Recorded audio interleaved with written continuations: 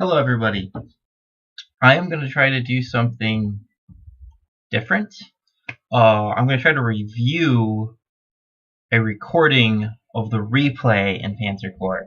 And one of the benefits of doing it this way is I could speed up where we are in the replay for critical moments. And I can always pause at any moment and talk about how it's going and all kinds of other details. So let's see how this goes. I have to turn the volume off because while this was recording, my daughter was making lots of noise. So here you're going to see I spend a lot of time thinking about deployment and rearranging things. I'm trying to find a way to get my units to the front as fast as possible. And you'll also see I brought 2 scout cars, my scout tank, and my cavalry. And I really find this map is easier if you can see where the units are. So right now I'm just moving my units forward. I plan on doing a pincer movement, which I covered in my scenario play. I just wanted to kind of talk about where I made some mistakes and where things went well.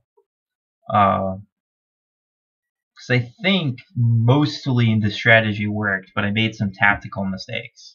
This was not a tactical mistake. This was just my level bomber failed to suppress the artillery enough. Usually my mountain troops get damaged a bit up here anyway, so that's not a big deal. You can see I'm using my scout car to block the cavalry's access to my artillery. I plan on shifting 2 tanks and 2 artillery south. I came up with a clever idea of moving my paratroopers to the location behind Sedan. I misplaced them a little bit, but it turned out not to matter. So this is the AI's turn. Yep, I used my level bomber again, and this time it was perfectly suppressed, which was great.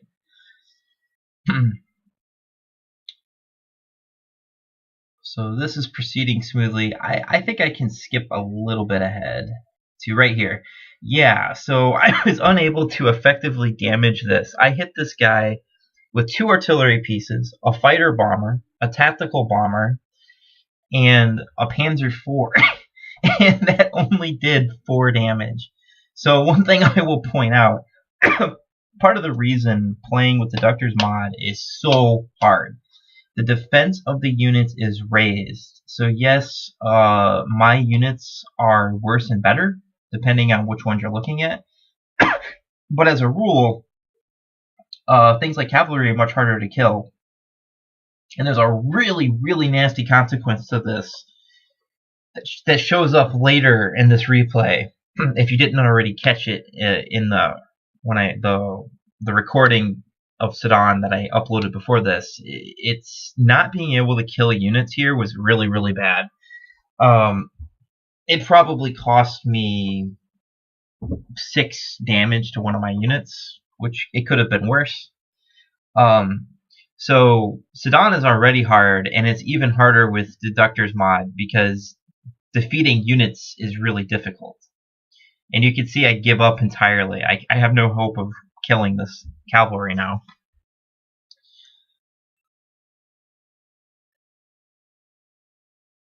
And then this was kind of I should have brought my scout over to provide mass attack bonus, and that would have probably prevented damage to my infantry. But my scout didn't take damage, so it balanced out. So I'm moving in.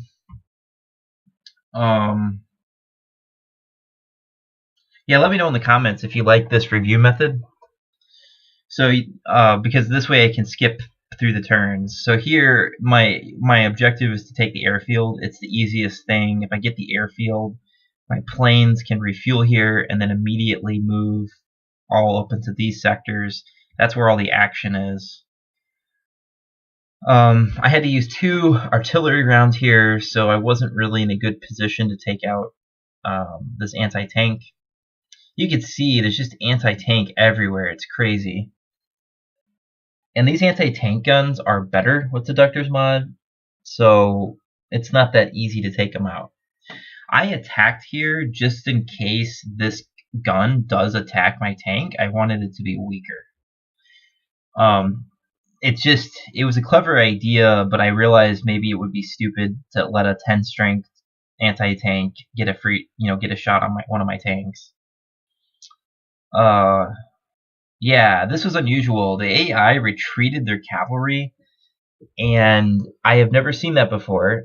And I knew what would happen. I even talked about it in my campaign playthrough. This cavalry unit's going to show up and gobble up all of these objectives. Then on the final few turns, after I've blocked all the other victory hexes, there's going to be a spawn of junk in this region, and then they're going to attack Sedan in the back.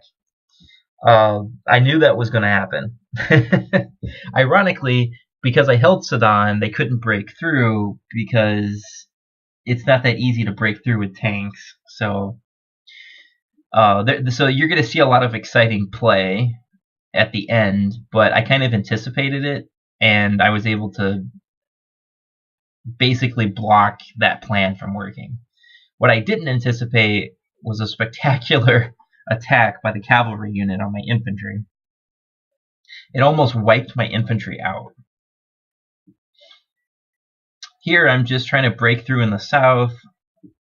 We could forward up maybe here. Where are we? We're in turn 4. They couldn't attack me. I had fighter protection. You can see the plan of sneaking in the back is going well. I don't really have a lot to say. Oh yeah, I do have a lot to say. So I realized I couldn't sneak my paratroopers in because they would get hit by an airplane over an open field. So I thought, oh, maybe I just take out this fort. And then I got a really lucky shot with my infantry, helped by mass attack bonus. And then my scout finished off the fort. And that denied a lot of vision. And by doing that, it allowed me to advance my paratroopers up. I was really, really pleased with that. That's clever little tactics. We could proceed to here. Yep, and I used my scout to grab all those victory locations, which accelerated things. I'm now abandoning this part. I'm trying to shovel everybody across. You see, level bombers are useful. They do a lot of suppression for you, and if your artillery can't reach a certain spot, you use a level bomber. If you're not using level bombers, you should. And one of them's in Deductor's mod. One's good at ammo reduction, one's good at suppression, and the other one's good at destroying. And there's some other balanced stats with them, but they all have a purpose. There's a reason I have 3 of them. Like some of them I really want to use as artillery, so they're going to suppress the enemy. Some of them are about ammo draining, because some units don't have a lot of ammo, so I want to remove as much of it as possible. The junker is for its high damage output, which could be useful if you want to attack a tank and you want to do some damage. All of them are useful, and I think if you play with Deductor's mod, you should have one of each. And it's a fortune to get them, but I think in the long run it's worth it. So here, the bridge is blocked. I wanted to sneak in the back to grab this location, but this stupid little anti-tank's in the way. So I have to do weird maneuvering to coerce the anti-tank onto the river hex, then put my mountain troop here to finish it off.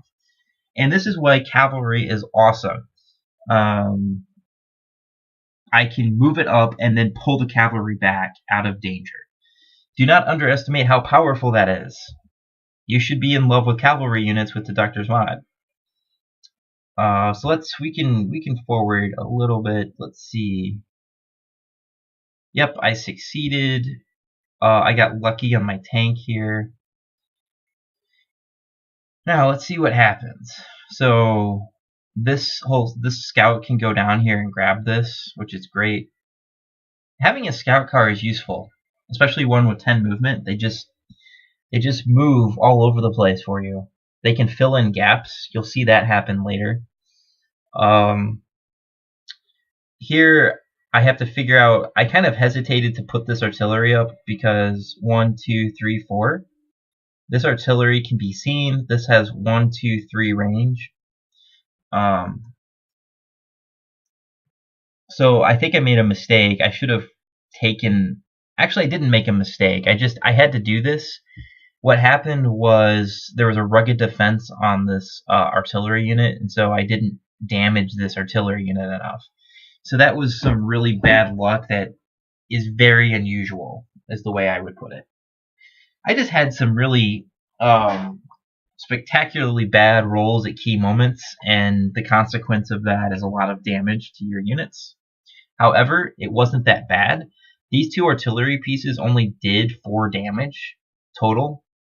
That's not so bad when attacking Sedan from the back.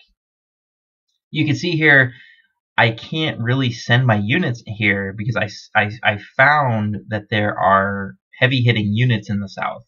Parking my units in this open location would be a disaster, especially with artillery that can hit me. So I decided to block the bridge to make sure nobody's sneaking around, and I have this bridge blocked.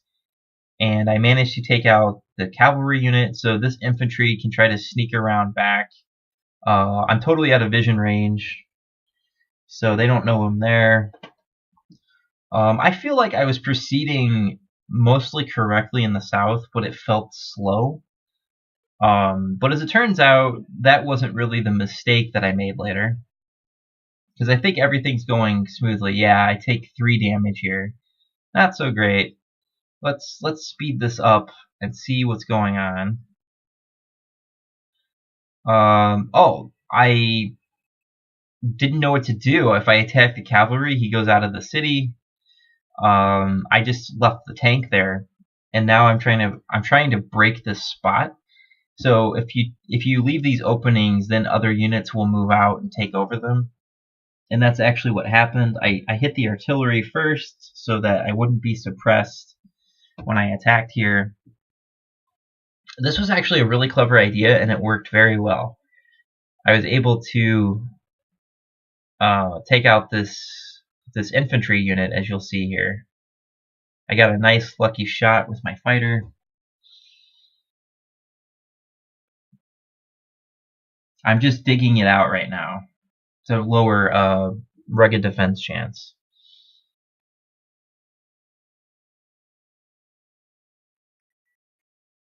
And I took out the unit. I'm not happy about my cavalry taking damage, but I didn't know what else to do. And at least he has artillery protection. You can see I'm using all of my air force down here. I don't know how to take care of these units, so I'm going to bomb them to death.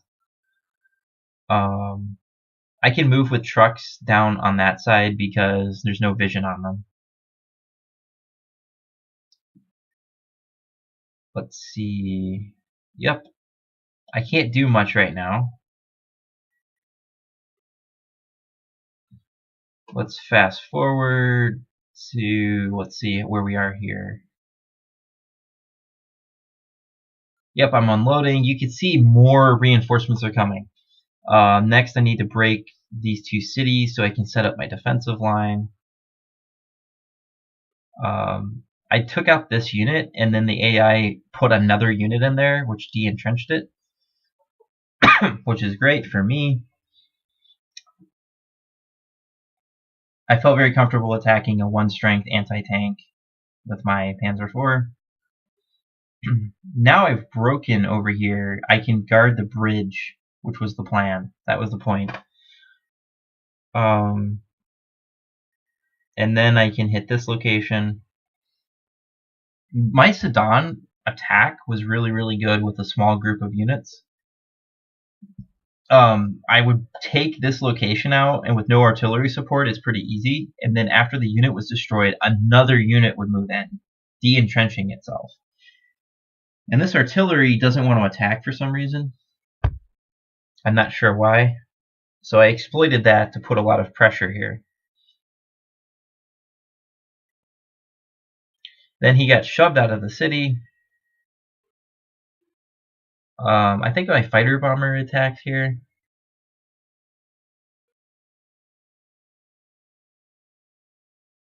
One of the annoying things is because I can't make a breakthrough, they keep reinforcing these units. And that happened because I could not get back here fast enough. And that was because the anti-tank gun guarded the bridge. So my plan didn't, it was never going to work, is the way to put it. So I kind of recognized it wouldn't work, so then I made sure to keep shoving south, and that worked very well. These units are constantly getting suppressed. I made sure to take out this artillery piece.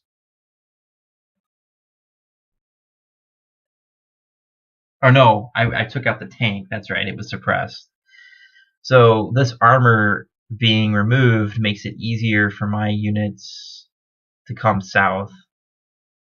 Oh, then I hit the, that's right, I hit the artillery.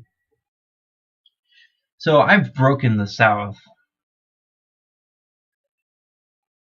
Oh, apparently I'm running out of this space. So I've broken the south. I mean, he can see everything, but it doesn't matter because he doesn't have an Air Force activated right now. And yeah, the south is starting to break. So this plan, I think this is going reasonably well. So let's fast forward a little bit. Yep, I'm starting to begin. Oh, and I managed to grab this objective on turn 8, I think. Man,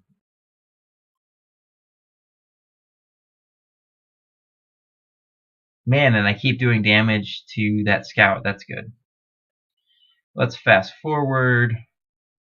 My pincer movement isn't really happening. That's because there was a lot of junk in the south, so it's really difficult to pull off. Next, I need to break this location so I can set up my defensive line. I perfectly suppressed it, so I felt comfortable attacking with my tank. There's only 4 units left here. So I'm like slowly breaking Sedan, and he keeps de-entrenching his units, which is helping me.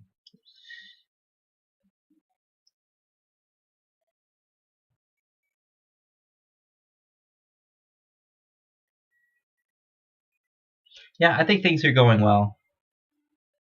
I grabbed the airfield. I have control over this bridge. So the AI, if there is an attack coming that way, is going to run into problems.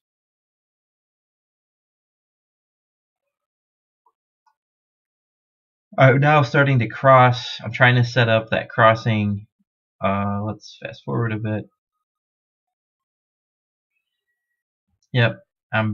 This infantry unit moved in, and that just walks right into all kinds of assaults. Now this artillery piece is exposed, and I end up ganging up on it and destroying it. So there's only going to be these 2 units left. And I also end up taking this out with my scout. So phase 2 of the plan is basically getting finished by turn 10, which is reasonable. Sedan is broken. It's just a matter of cleaning it up. Then you could see I'm rearranging my units to set up the defensive line. That part of the plan is going well. Next, I need to get all of these units across. I'm taking. I made a mistake. I should have parked this. Actually, no. My mistake is I offloaded it in the wrong place.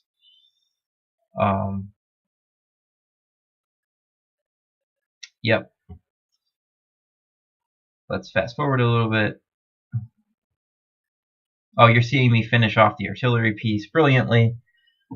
I feel like I played very, very well in this region. I think it's very difficult to take out so many units with so little, and I think I did a very good job. This defensive line is set up. I'm prepared. I'm ready, for a counterattack. My units are preparing to cross. That's all happening. Next, I want to take out, in case there's more Air Force, I want to take this out to deny vision, and it worked out really well. Mass attack bonus. Yeah, you can see by turn 11, everything but one unit's been destroyed. I think this was done very, very well, in my opinion. I made a mistake. I meant to offload I should have offloaded that tank south and that infantry unit uh, in the forest, and I would have been fine. And that set up the disaster that comes next turn. You can see I didn't have a lot of units here, but there's more units flooding in. So I'm preparing for a breakout. If the AI doesn't block me here, I'm about to explode out. And there's not much left, right? There's this anti-tank. So let's move forward. Oh, here comes the Air Force. But they didn't get anything accomplished. I put my tank out and it was dumb. I should have kept it back here. I probably would have avoided 3 points of damage if I had been smarter. And you can see there's a bunch of units down here. Yeah, I took 3 points that probably shouldn't have happened. And then this mountain unit just marched here and attacked my tank in the woods. If I had just offloaded my tank here, that wouldn't have happened. That was a strategic error. And now this cavalry unit's coming.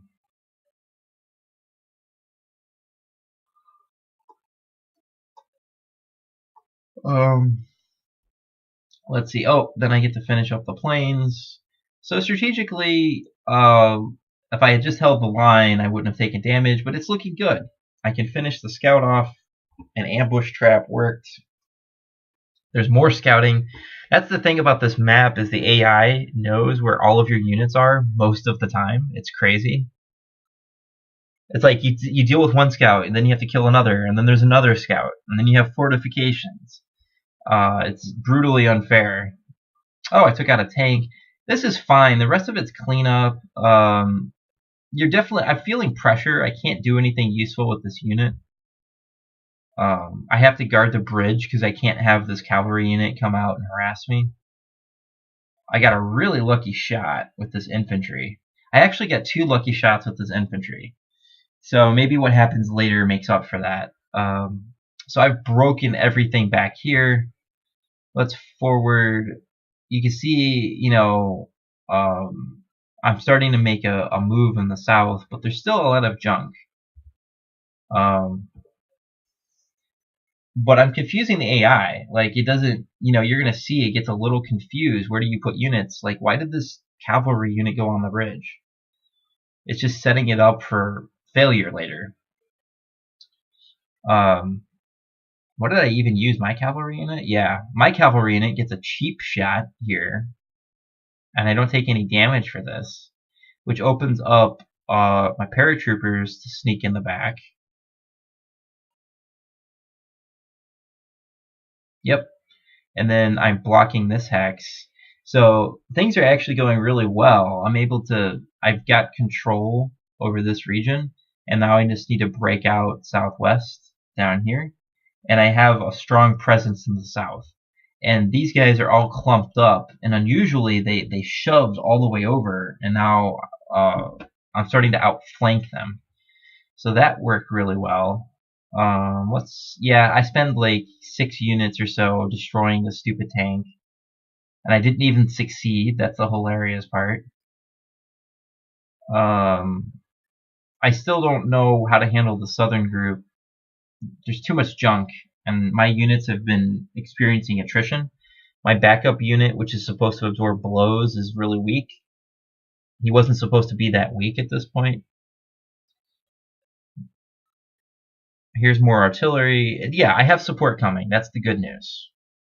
The Panzer movement never happened, and that's because there was a lot of units in the south and both sides of the river. But I have a dominant air force, so I can slowly beat back these guys. I think this turn is where disaster strikes. Yep, I blocked this hex. That was good.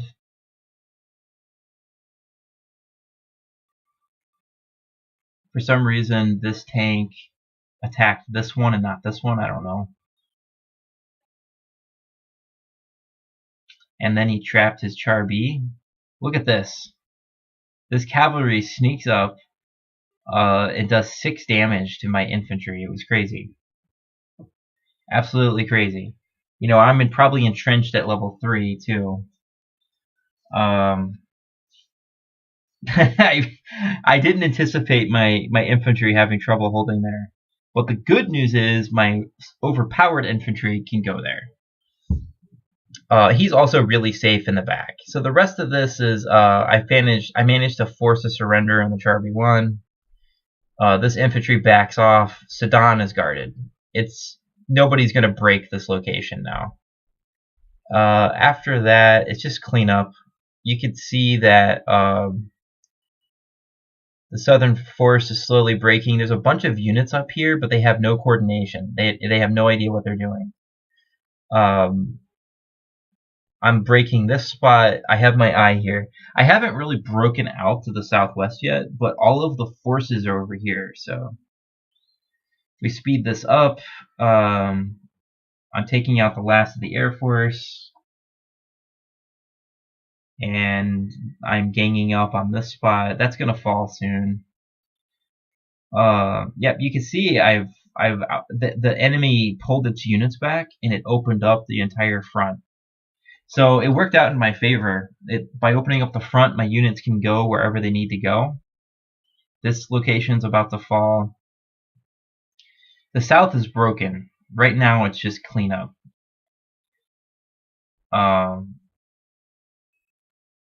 And let's see. Yep. Artillery's dead, and now I can just gang up on that spot and this spot. And I'm on turn 16. Everything else after this is attrition. My 9 strength infantry is going to be able to hold forever in that spot. So that's what it's nice just to review it. What went well? My strategy overall went well. Did I get to execute the Panzer movement? No. But my slowly destroying everything in front of Sedan went well. The force in the back went well and managed to take out the artillery. And I successfully built the defensive line to prepare for the counterattack. The counterattack was a little delayed, which screwed me up because when I started offloading, some of the units that would have gone north went south. I offloaded my units on the wrong hex in the south. That's the problem. Setting a trap here on the bridge worked. It worked twice.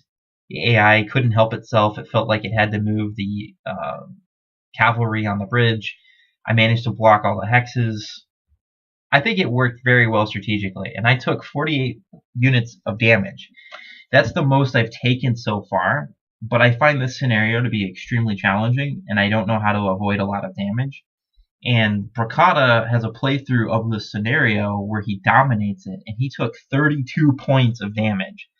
You know, it tells you how hard the scenario is when a player dominates the scenario and they still lose 32 unit strength points.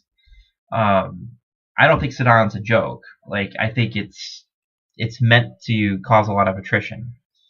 So those are my thoughts here. If you guys like this format as a way of presenting to just kind of accelerate my discussion of strategy, let me know in the comments. The next thing I wanted to do was look at more stats. I'm decided to create a Bracada Richard comparison and a Deductor Richard comparison on top of the core composition, because I think if my hypothesis is that there's better ways to play the game, I should have some way to measure what that would be, right? So my theory, if you bear with me, my theory would be something like this. I need data that I can measure. It'd be something like, I think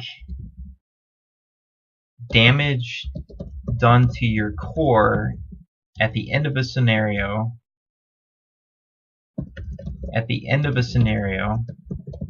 indicates how well you played the scenario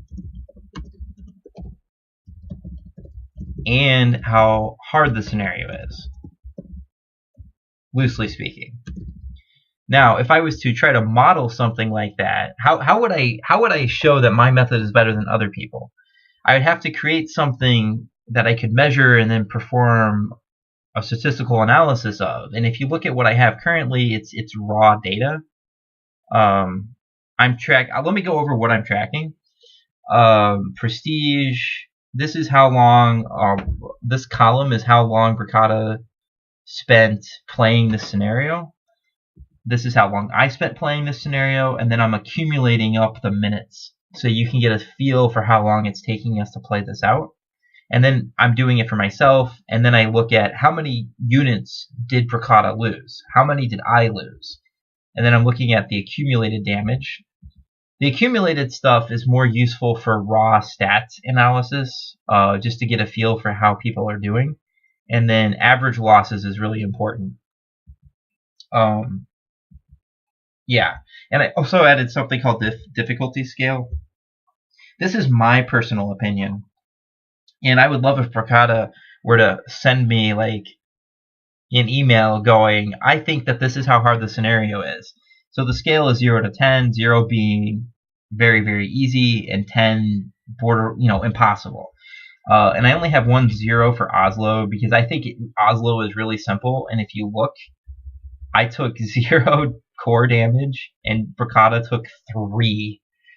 Obviously, this scenario is not that difficult. I think the highest ones I have right now are Spoils of War and Albert Canal, but I have Sedan at 7. I think Sedan is insanely difficult, and I also think Warsaw is really difficult. You'll hear people say it's simple. I don't think it's simple. I think Warsaw requires a very delicate hand. If you look at me and Bricata at Warsaw,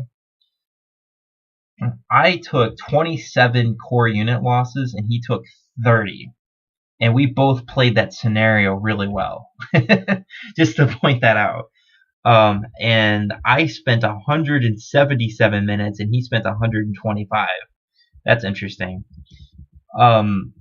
So difficulty scale will include things like, how many units did I lose? How hard did it feel to me? How much time did I spend on it? And I think you'll see that I spend more time on harder scenarios.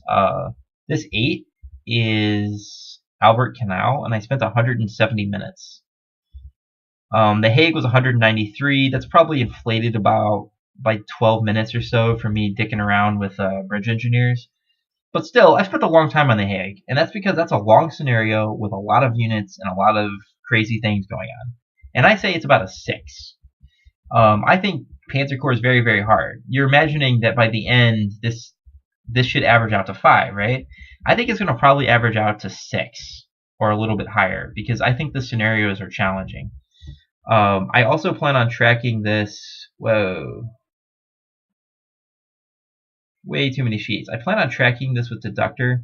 It's going to take longer because he doesn't have a deployment screen, so I'm going to have to literally rewatch his videos and chicken scratch the losses per turn to figure out how many losses he gets in a scenario. I can easily get his time. I don't think his time means much because he plays way too fast. I think actually that would be proof if I were to run a regression, which is something I want to do. Where is my thing? Like, I'm imagining something like, let's imagine damage. Can I do subscripts? Can you do subscripts in Google Sheets?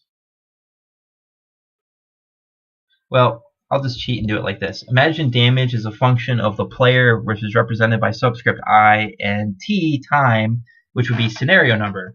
So this would be a dynamic process. And I'm imagining that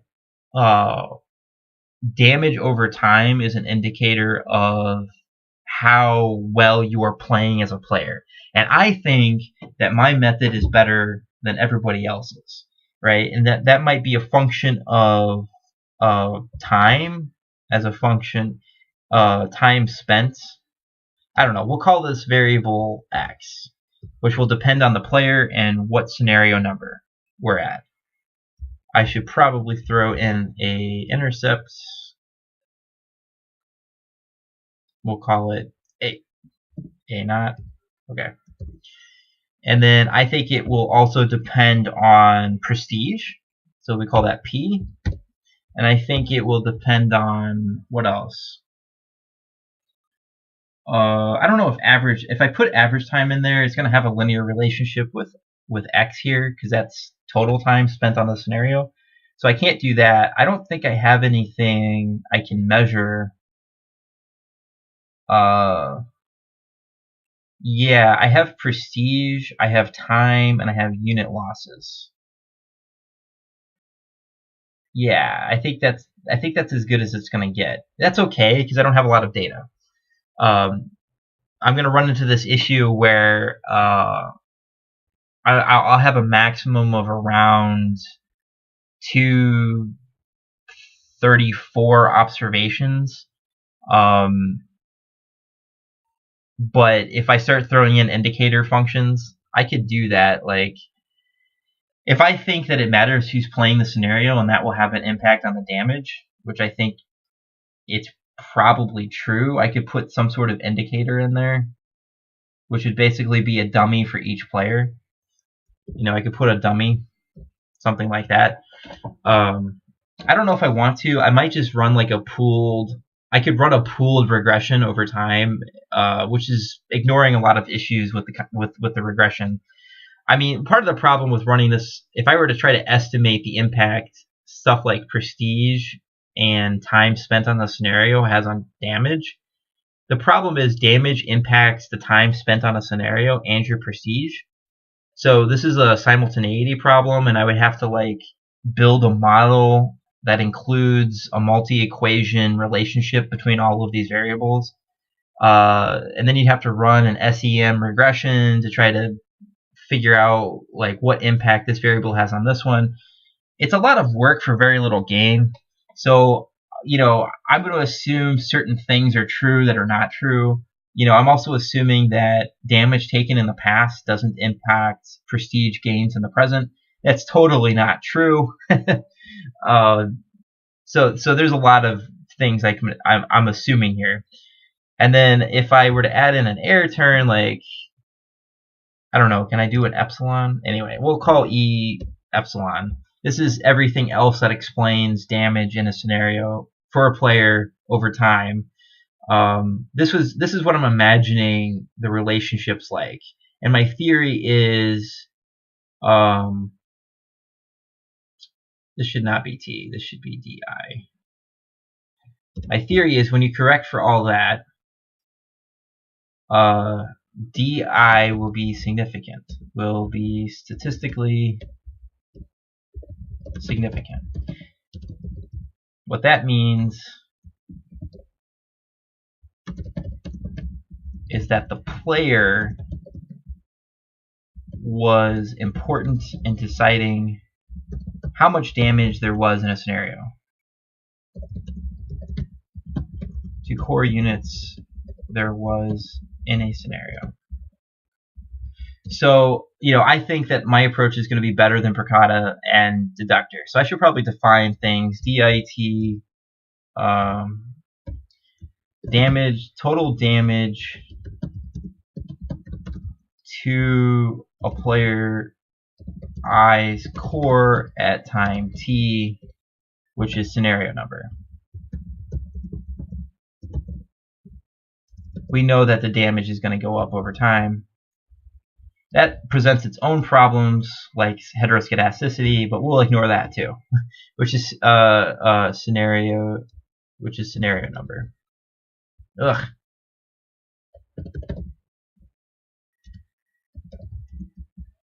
Something like this.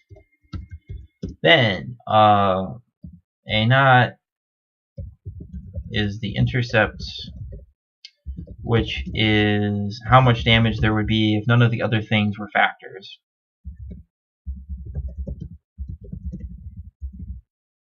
It should be 0.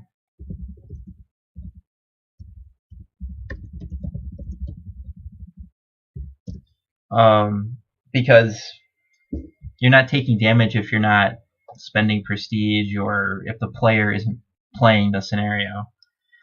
I could probably suppress that to 0, and this would be one of those rare instances where a regression with a 0 intercept would make sense, and it wouldn't bias the results. XIT equals time spent in scenario T for player I, and then PIT equals prestige for player I at scenario T. And then DI would be indicator variable for player I. So you'd have something like 1 would be deductor, 2 would be Bricata, and 3 would be Richard. And there's ways to figure out if any of those are significant, essentially. And epsilon or ET would be air term that explains damage to core that is not already in the equation.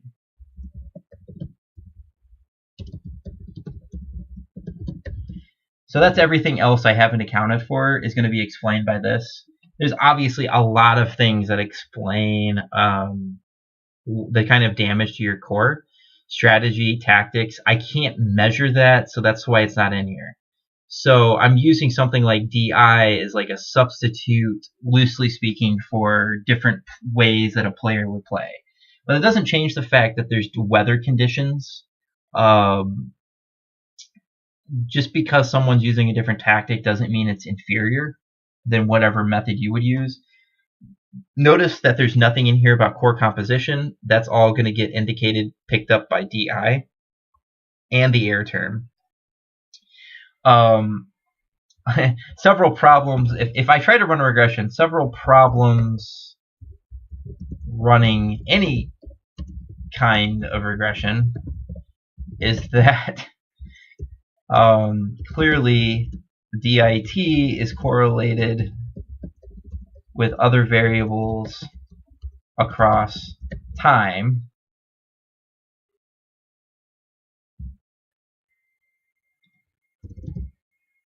And helps explain the dependent variables, or the independent variables. So that's the simultaneity problem. Heteroscedasticity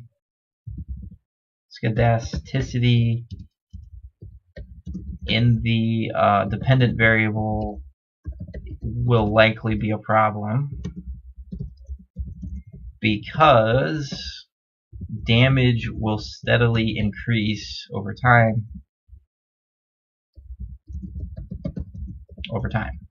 Can be fixed maybe with a log transform.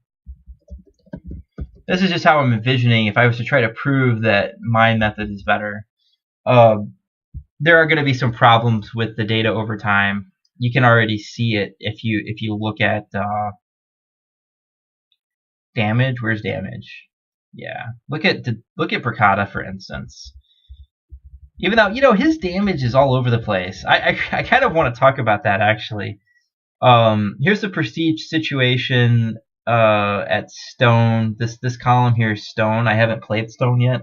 You can see he's got 4 times as much prestige than me, and I have 6 times as much prestige as Deductor.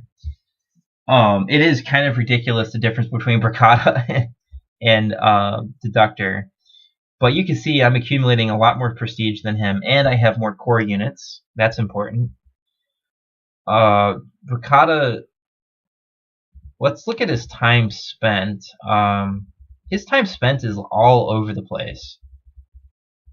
Interesting. The most amount of time he ever spent, this scenario is Albert Canal. I understand that. Albert Canal is a mess. I spent 170 minutes. Yeah, you can see I spent a lot of time.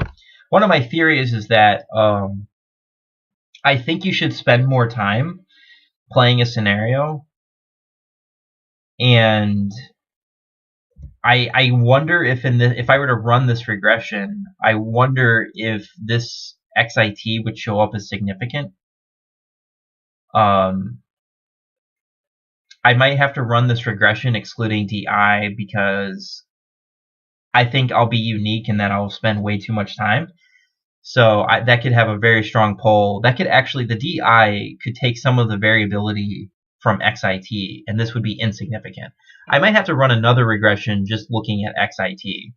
And my theory would be it is significant to spend more time playing a scenario, and that would explain how much damage you're taking in a scenario. So that's there. You could see almost every single time I spend more time. And sometimes a lot more time. Now, I wish that meant that I always had a better outcome, but that doesn't always turn out to be true. It's interesting that at Lillehammer, we spent the same amount of time. If we look at, yeah, you can see we're spending hours and hours playing this game. But if you were to look at core loss, I think this core loss is so interesting. So I lost a lot in Scenario 1. Keep in mind, I played with 2 less units than Percata. One of those was 1 less artillery. It's not surprising I took more damage. I probably would have taken 15 if I had 2 more units. Look at Danzig. I think it's interesting. I played that scenario 2 units less than Percata, and I took 1 less core damage. I think that's incredible. He also played with a 38T. So one of the cool things about why I think these might be comparable is because he's playing blind with an historic core. I'm playing with Deductor's Mod at 25% prestige, but not blind. It is a big deal not playing blind, but the other 2 conditions of how I'm playing are very big deals, and it counterbalances the fact that I'm not playing blind. So you could see 2 units less than Percata, I took less damage at Danzig. And I would point out that, weirdly enough, I spent way less time on Danzig Corridor than Percata. That's really interesting. I didn't see that. Let's take a look at this one. We both took the same amount of damage at Lodz. I'm not surprised by that. I really didn't have a lot of strong units, but I would point out that I had an easier time getting a decisive victory on that one. Partly because I spent a lot more time thinking about it, and partly because my innovative plan was better, and I think he probably wouldn't argue with that. Take a look at, I don't know what happened to Piatek. It is a challenging scenario blind, but maybe he got overconfident. I spent a lot more time than he did on that scenario and took a third of the damage. And like, honestly, probably half this damage didn't have to happen. It was just me being ridiculous. So that's interesting. If you take a look at Kapanaska, he played spectacularly well. I mean, he way outplayed me there. But I didn't play badly. 19 at Kapanaska is not bad. And then if we look at Modlin, I got a decisive, he didn't. He probably would have taken more damage than me if he had gone for the decisive. I think my plan for Modlin is the best so far, and it's difficult to imagine too many improvements. The damage you take is very... This was the higher end. I can imagine less than 20 damage to get it decisive. It depends on the look of the fortresses and the hits they take on you. But 25 is nothing to be ashamed of at Modlin. Warsaw, look at how similar this is. You can see that I'm spending a lot more time on scenarios than him. I think that matters. Keep in mind, I'm also playing with 7.5 centimeters, so that's like an extra challenge. Spoils of War, I took a lot of damage, and a lot of that stems from poor artillery suppression and a couple of... I probably lost about 10 or 11 points just from a bad decision on unit placement. So when you combine those two things, it's a miracle I only lost 40 units. I spent an hour longer playing this scenario. But it was more complicated for me. I did better than him at Oslo. I think he rushed it a little bit early and took some damage he didn't need to take. You can also see I spent a lot more time playing it. That's interesting. Lillehammer, he took less damage than me. Some of this was bad luck. I probably lost 3 or 4 points to bad luck. But yeah, he played the scenario a little bit better than me. Narvik, I did way better than he did. I honestly probably should have taken 5 less points of damage. I just played a little recklessly in a couple spots. You can see if you look at the time spent. There's a huge difference between us in that scenario. And even at Ebonimel, it's the same thing. Look at this. He took 37 core units of damage. I took 5. Something seriously went wrong with his planning there. Look at this one. Albert Canal, I don't blame him for taking 63 points of damage. I really don't. I think that scenario is nasty for a blind player. He didn't get the decisive, so this is the second time he hasn't gotten the decisive. Look at the damage I took. And you can see that I actually spent more time than him as well. So I think that my strategy there was superior. The Hague, I did better than him. Again, I think that's a tricky scenario. I spent 193 minutes playing it. I think spending more time there would have helped Bricata. And Sedan was a mess. Bricata had a great Sedan scenario, and I strategically had a good idea, but I took a lot of damage. Some of that was bad luck, but some of it was just I put my units on the wrong square. You know. I think my strategy was mostly okay as well. Yeah, I think it was mostly okay. I think this is where my inexperienced tanks hurt me, and Bricata also had experienced tanks here. That it made a difference. I probably took 6 or 7 more damage from that alone, and then there was just bad luck. I took probably 6 damage from that one infantry from a cavalry attack I shouldn't have taken. You can see right now I have accumulated fewer core losses than Bricata. And you can see the average as well. I'm doing better than him on average. He was doing better than me at one point. Let's see. He was doing better than me in the first 3 scenarios. Then I did better than him at Piatek. And then we caught up at Modlin. And then he's ahead of me. We caught up at Narvik. And now I'm ahead of him at Ebonimel. And I'm still ahead of him. So, you can see my difficulty scale. I don't know what I'm going to do with this. This might be utterly useless. Maybe I can do something with it. If I look at Deductor, I want to do the same thing. It's going to be harder because he doesn't show the deployment screen. But I think it would be interesting to see. I think time doesn't mean much. But what I do think means a lot is core losses. I have a feeling I'm going to be doing really, really well compared to Deductor. But I have to prove that.